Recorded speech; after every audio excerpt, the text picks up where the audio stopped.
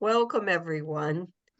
We have guests today to tell their stories about awe and wonder.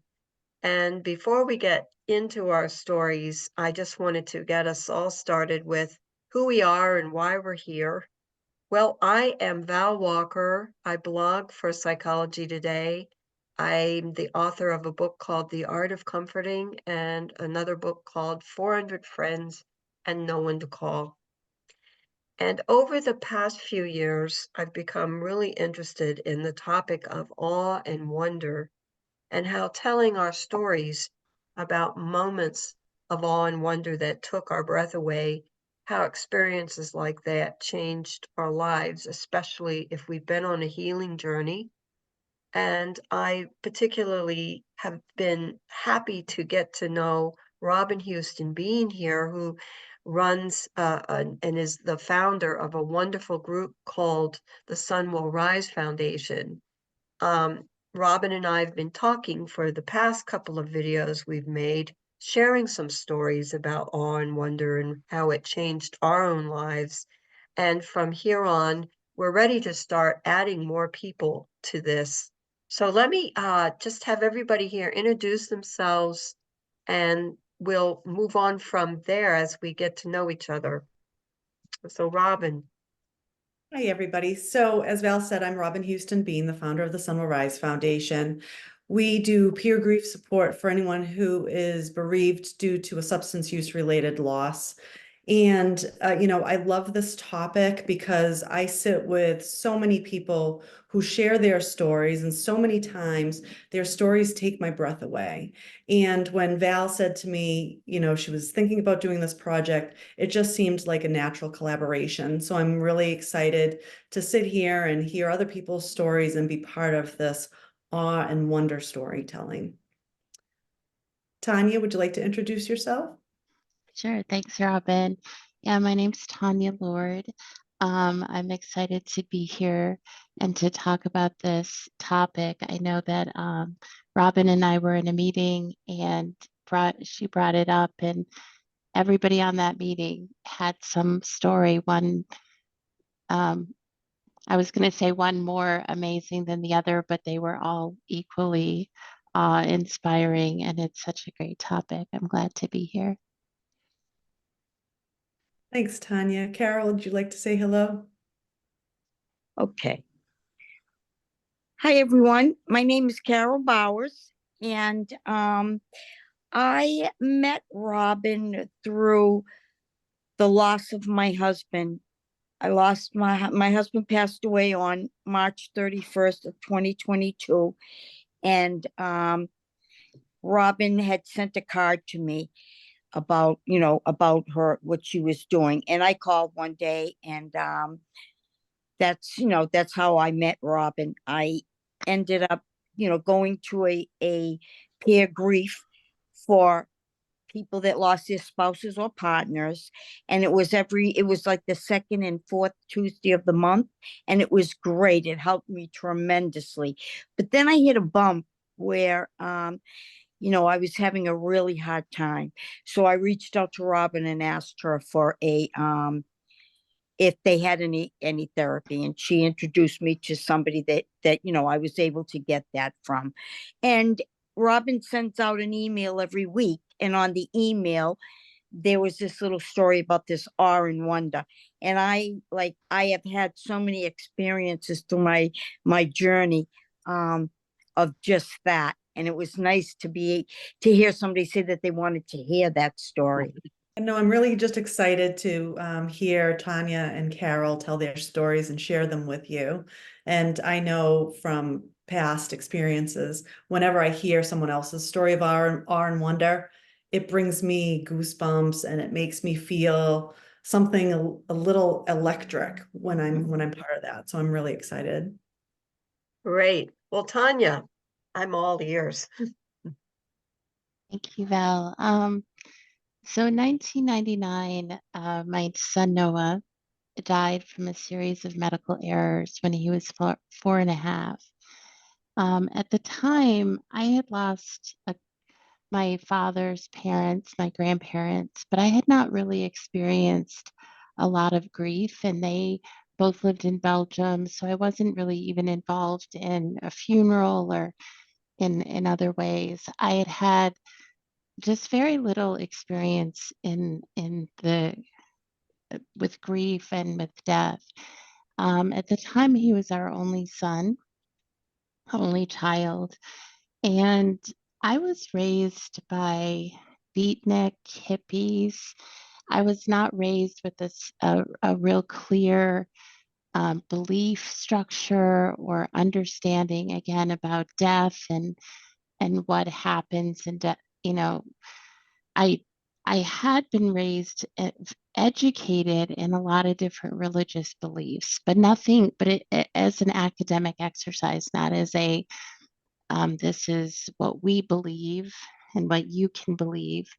So when Noah died, those of you who are parents, there's that panicky feeling like your toddler little kid disappears maybe under the clothing rack. Noah loved to do that for some reason in a store, just turns a corner without you. And there's this moment of panic, like, where is he? And at the time, I was a stay-at-home mom, so Noah was always there. But I had that panicky feeling all the time from the moment he died. I just kept thinking he was around the corner, how I'm going to have to find him. And I did keep asking people, like, where is he? Like, I couldn't imagine that my father would say death is just the end and that's it. But I'm like, where is he? So I asked the different people at his funeral. I asked people that I met. I probably asked grocery store clerks. Like, I was just really like, where is he? And the afternoon after his funeral, I was sitting in our home there's people milling around as they do. And I was talking to my best friend from college, and I said, I don't know where he is. And I just wish, and I said, is there really would a burning bush be too much to ask? Mm. Like just something to tell me that he's okay. Well, I need to backtrack a little bit before he died into April. I think it was April, but Earth Day. Earth Day, Noah was given at his little 2-hour preschool, he was given a little plant, a sugar maple. Mm.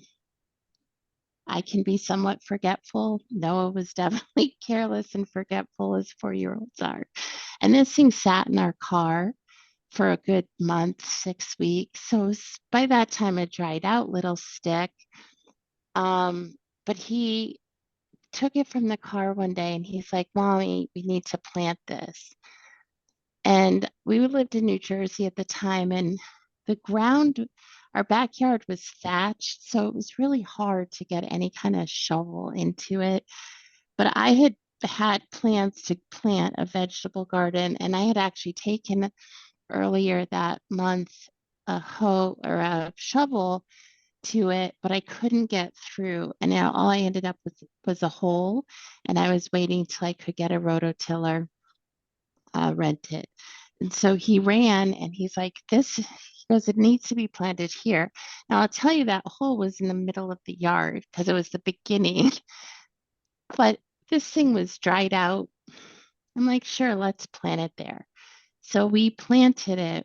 And when I say he was proud of this, I mean, my son Noah was just such an unusual, like in that really good way. He was just such a great kid and just so engaged with everybody. And me being somewhat shy, he was always out. But he literally, everybody who came to the house had to visit this little stick in the ground.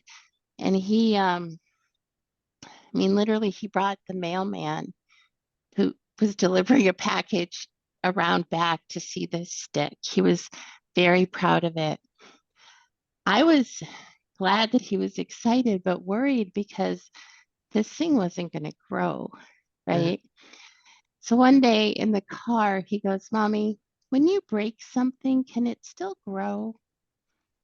And I said, well, I, what are we talking about exactly? And he said, I broke my tree. And so he comes in and it takes me around back and he's broken it in two. The original thing is planted and the other one is he's stuck in the dirt. And I was like, oh, thank goodness. Now I have this opportunity to teach a life lesson. Sometimes when we break something, it doesn't grow.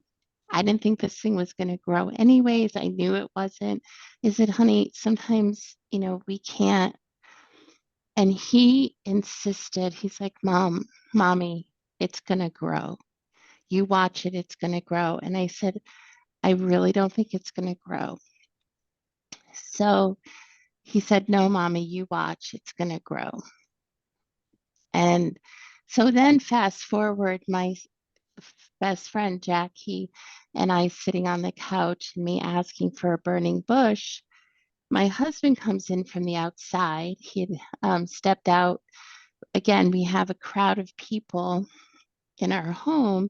And he's like, Tanya, you need to come outside. And I was like, you've got to be kidding. I am not, I'm tired. I really was irritated for some reason for asking. I'm like, I'm going to just sit here on the couch with Jackie. And he's like, please just come outside. And I said, I'm like, I really just don't want to go outside. And he said, Noah's tree is growing. And I thought, what? Like, okay, we're grieving, we're shocked, we're devastated, we're exhausted. He doesn't know what he's talking about, but he's like, you've got to come out and see this. So I went out and Jackie was with us. And this little stick, still completely dried out, had 4 leaves on it, full grown leaves. It was a sugar maple, so there were 4 maple leaves. Well, I know how trees grow. They don't start with leaves, and they don't have leaves come out of a stick that is so obvious, like could snap, right? Like a new tree doesn't snap the way that Noah snapped it.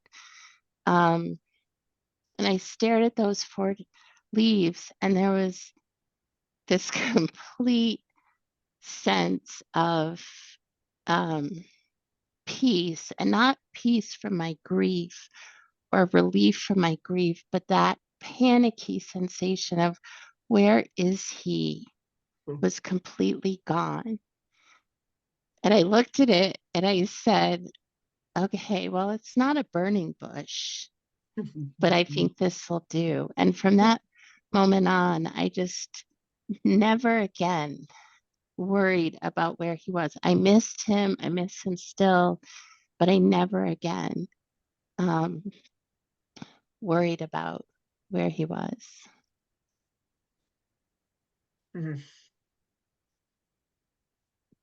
That it's the second time I've heard this story, and the chills still go up and down my body listening to it. It's that moment that just changed something, right? You were searching, and you didn't have to search anymore. And I know that feeling because I lost a child as well. And when you said that, I was like, I know that feeling. And for you to be able to have something that amazing happen is just, what a beautiful thing. And I'll say the value said sometimes it's just a moment. My husband and I nurtured that little weird growth thing, but the leaves shriveled up and fell off. Like nothing else grew on that. And it was like at first we're like, we have to save this tree. But like you said, it wasn't the tree, it wasn't the object, it was what it did for us. Yeah. And it seemed to respond.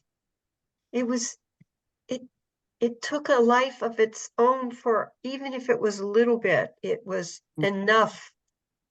Whatever it was, it knew that was just what you needed. It was just enough. It was Because nothing else would have spoken to us. I mean, April, Noah died in June, and then I had waited a month. So the whole month of May into the first week of June, the his focus was that tree.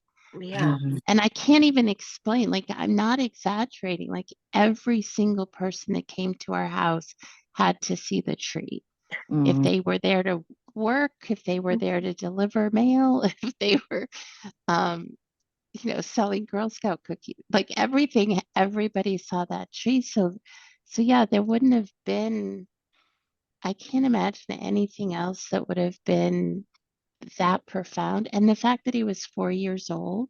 Yeah. So it wasn't just like a little nub of something, it was 4 full-grown More tree leaves. leaves. What gets me is how absolutely set you were. There's nothing gonna grow on that. Just that's reality. And your wonder just burst wide open, when how could that be? Just I thought I it's was amazing. parenting, yeah, I was parenting reality. Like, I'm Yeah, not gonna pretend that this tree's gonna grow.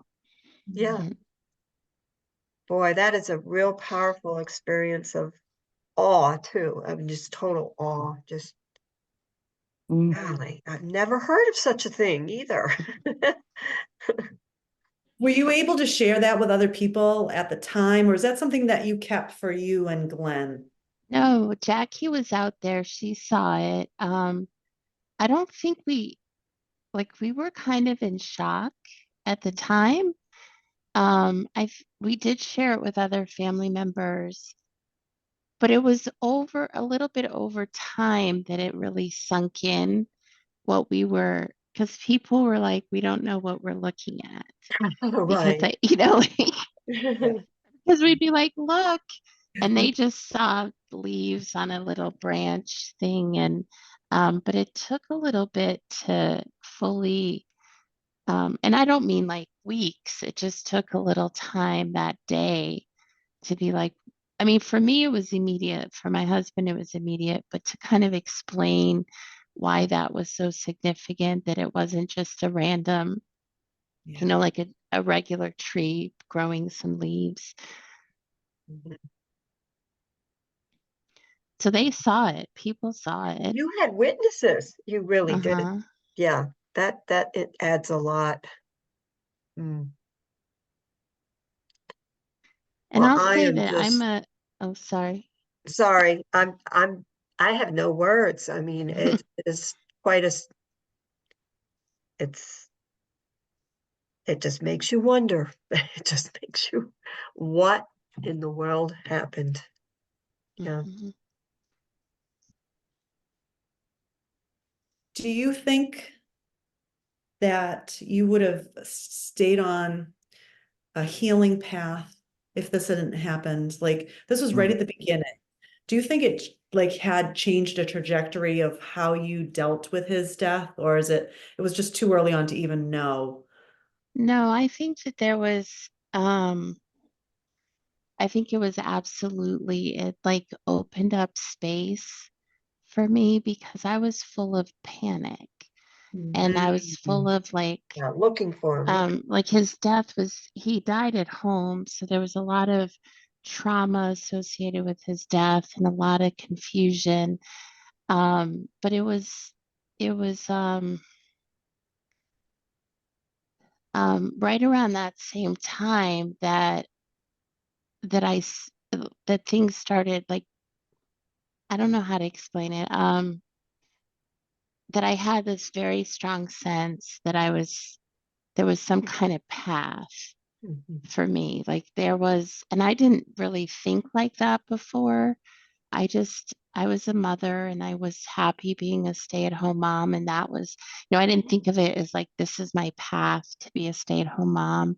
Um, but I don't think, I think it would have been very troubling for me if I had to continue to have no belief structure and it's not that I know that I immediately was like, okay, here's, like, he's in heaven or he's whatever. I didn't even need to have an idea of where he was. I just didn't worry about it. And I think that also let me know that,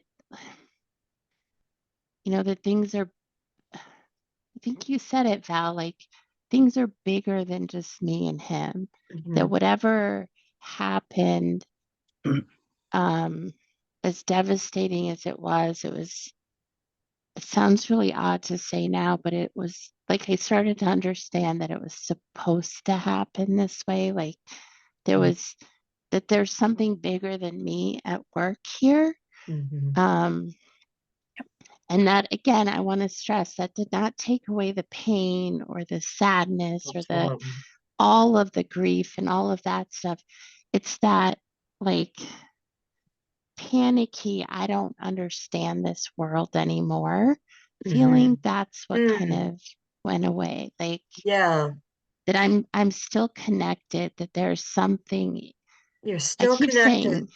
saying. When Tanya told me the story, now whenever I see any little picture with a little sapling or something like that, I'm thinking of Noah. Just Noah. like when you told me the story with the herons. So now I see herons Yeah. everywhere.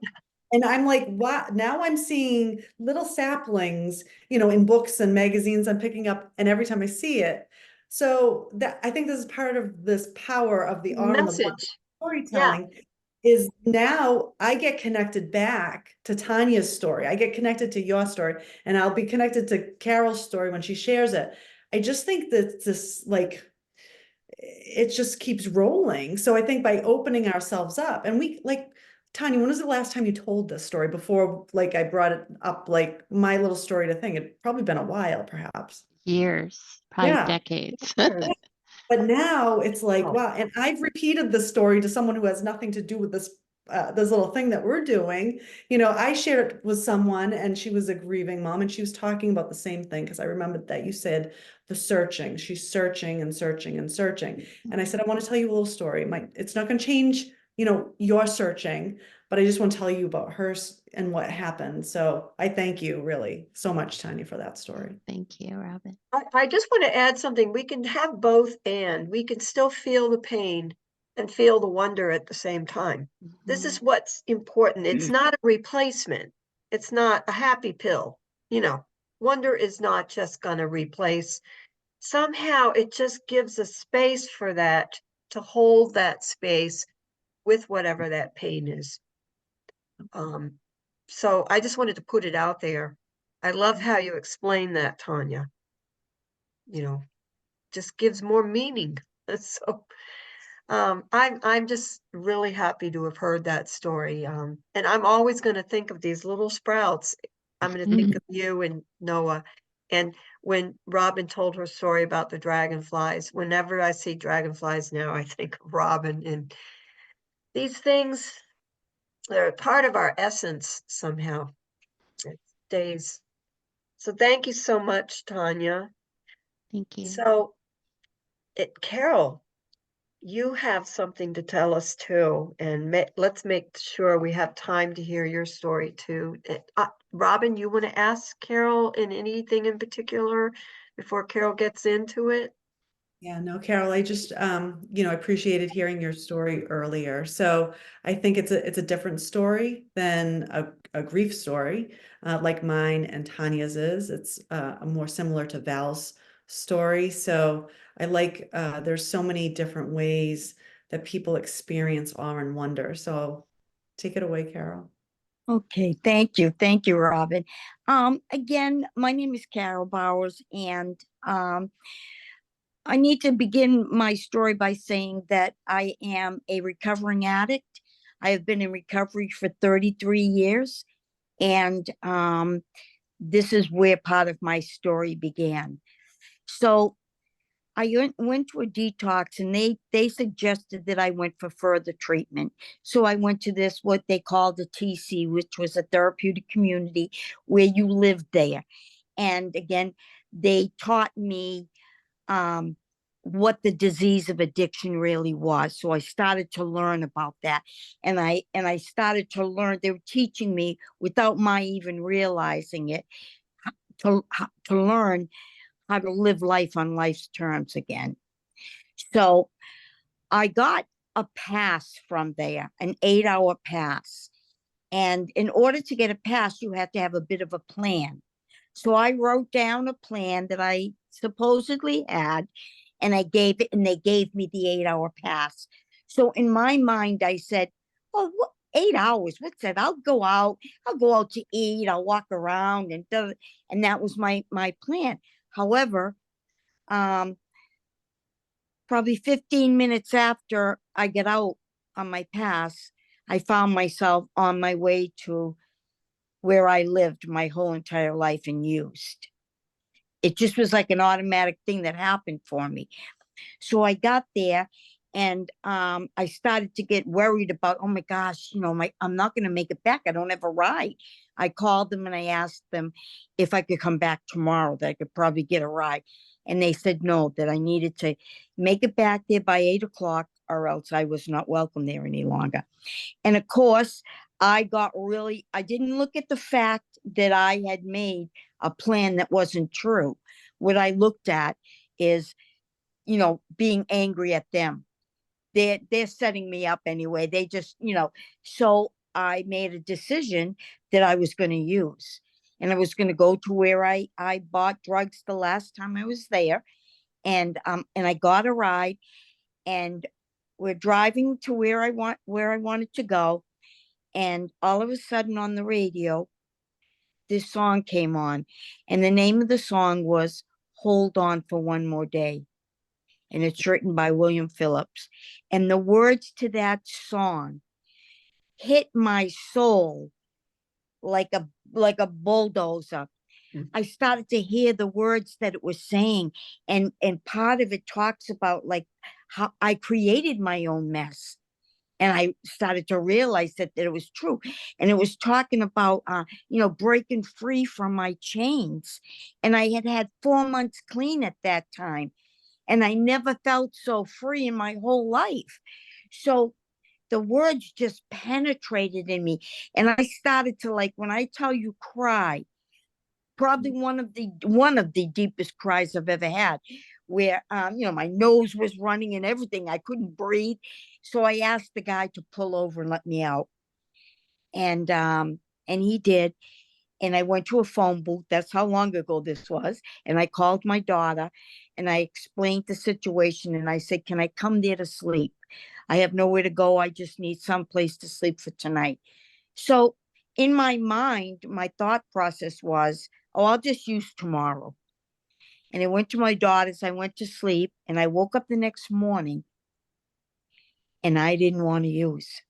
And it was so profound to me that I actually thought about it and wanted to with every grain of my being. And something happened that helped me not use. So at that point, I believe for me, my recovery is where my recovery really started, because I had a gut-wrenching belief that no matter what, I did not have to use. And so now fast forward to many years later, my husband, who had 30 years clean in recovery and was an unbelievable person. He helped so many people along his journey. And he ended up getting COVID. It settled in his spine. The doctor gave him pain medication, and my husband was off and running with it again. And he passed away because of one pill that he took, just to get that relief of that one pill. And he passed away. And through that, I received a card in the mail from Robyn about the work that she did and the organization that she founded. And it was for people that had lost somebody through some kind of substance use. And you could meet and talk with other people that had experienced the same thing. So I did, and I got introduced to a meeting that met twice a month for people that lost their spouses or partners through substance use. So it gave me a connection to people that really understood what I was going through. And all of a sudden I hit this very dark place where the twice a month thing just wasn't working for me. I needed more. It had worked and it had helped me tremendously, but at this point in time I needed more. So I reached out to Rob, and I thought maybe she knew something about somebody that, some therapist or something. And she told me about another program that she works with. And they had one-on-one. I believe that was the SADOD, SADOD. And Franklin, this gentleman, Franklin, talked to me, who just happened to be a recovering addict. And he talked to me, and he passed me along to Leslie, who just happened to be a recovering alcoholic. And when I was our meeting was ending, and I saw Leslie pick up her cup, and on her cup it said, "Hold on for one more day." And I just couldn't believe it. I said, "Oh my God, Leslie, I know it's the end of our hour, but please remind me. I have to tell you a story, how significant that is to me." And she said to me, "Carol, and I'll share with you a story of the significance of that for me as well." So I couldn't wait for next week to come. And when we get on our next Zoom call, I shared with her about my story. And she told me that very song is what got her sober. And the cup was a meeting that she had started and was still going. And they named it "Hold On for One More Day." So the miracle was again. There Yeah. it was again, giving me that breath of knowing that it's gonna be okay. It just opens you up, and it's gonna be okay. So that's my story, my wonder story. And the chances that that song would come on, if we go back to that time you heard it, just I think timing is so amazing about these experiences. Like, why at that time? It just was such a message for you. Gosh. Right. And it was the exact message that I needed to not continue with what I was going to do, because in that song it said it all to me. I heard it. It said it all to me. And it was like, oh, yes, that's right. Hold on for one more day. One And, more day. yeah, here I am 33 years later. Yeah, and that connection that ran right through Right all the way through. from Leslie, providing you the one-on-one support with the Peer Grief Ally program. And then, like, the moment, I can imagine your face when she put that coffee cup up, and you, like, if I was drinking coffee, I would have spit my coffee out at her. Like, Yeah. what? Yeah. That's how I can feel that moment being just like, wow, Oh, I was so excited. And when I ever heard her story, I said, oh my heavens, what are the odds of Mhm. her and I coming together on this Zoom call to experience something that we both had experienced through something like that? Yeah. Miraculous. And miraculous is a good word for awe and wonder, the effect of it. It really is. Yeah, I feel like it's miraculous and Yeah, mystical. Those and are the things mystical. I really feel with that kind of stuff. Yeah.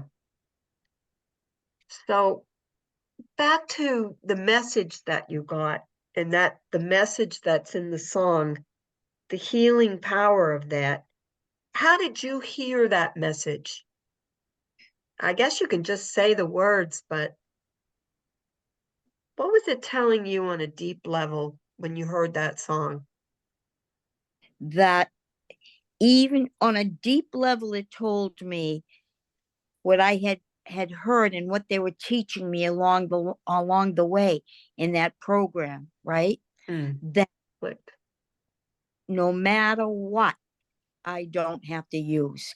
even when I want to, with every grain of my being, I don't have to use. Mhm. And that that that one thing, right? You have no idea how many times throughout my 33 years that fact of that, right, is so clear to me. When my husband passed away, right, I didn't want to use. Using didn't come to me. I didn't want to live at times because I was so sad, and the pain was so horrific, but I didn't want to use. And so now I'm able, okay, to continue on in my recovery and share my experience, strength, and hope with others so that they know that even in times of loss of the man that I loved more than I loved life, I didn't have to use. So there's the miracle, you know? They talk about it actually helps make you more satisfied with life. So even when you're having a hard time, if you've experienced these moments, even if you might not be thinking directly about them, they're in your subconsciousness. Yeah. So they help you along the way. Yes. It also helps with loneliness. I've been researching a lot about loneliness. It does make you less lonely somehow, which is a whole other conversation possibly, but that it's about the connection. it's Like about the when connection. you You know, connect with it's deep. anything. Yeah, Yeah. Like I connected with that song yeah, you know, at that moment, at that time. What were the odds of that song coming that's on the radio? So I connected with it and I heard what it was saying because I began to believe it, but I yeah. forgot it for a moment. You know what I mean? I forgot it and I just felt hopeless, and I'm gonna do it anyway. So just do it and get it over with. And in that hopelessness, that song came into my heart, my soul, and it gave me hope. That's Tanya, do beautiful. you have any questions for Carol? Uh, no, Carol, I think it's it's it is amazing, the song, because you think, it could have easily been a let's go party kind of song, and that song is I just encourage people. I looked up the lyrics when you were telling Mm-hmm. it because I Yep. wanted to be reminded of it. And I think sometimes, we sing these songs, I've heard it many times, but really it is so significant. And so significant. And I think the connection to your husband as well, that it carried you through so much of life's sadness. And I love how it Such a just great keeps story. coming back. There's continuity through all Yes. these trials in your life. It just keeps coming. That message or whatever that is keeps coming back. And Yeah. I yeah, knew it was right. I knew, like, I already kind of felt a connection with Leslie, right? But when when that happened between us, it just I can't tell you what it did for me. It just, like you say, I'm talking with her for a very, sad, horrific thing that I'm dealing with. And here I am through something like that. I get this peaceful, okay feeling. Like those are the signs that tell me, right, that it's okay. It's gonna it's be okay. okay. It's all okay. And that okay is okay. And Yeah. isn't that So, kind of eh, I don't know, not the point, but like a thread through both stories, right? Just a reassuring it's going to be okay. Mhm. yes. Yes. There is Yes. that sense. Yes. Yeah. It's Into the beautiful. deepest things of my life, the deepest experiences, the deepest pain, the deepest through those two deepest times in my life, that song came, and it appeared again when, it's just, yeah, I just love it. Yeah. If Well, if this cheers. song, Yeah. I was gonna What? say, if this song plays when I'm driving home tonight, I'm just gonna be like, Anytime you hear that song now, you'll think of me. You'll Yeah. think, I will. yeah. yep, we all Well, will, and probably everybody who watches this now will see little saplings and will listen for that song and think of Tanya and Carol. right. Exactly.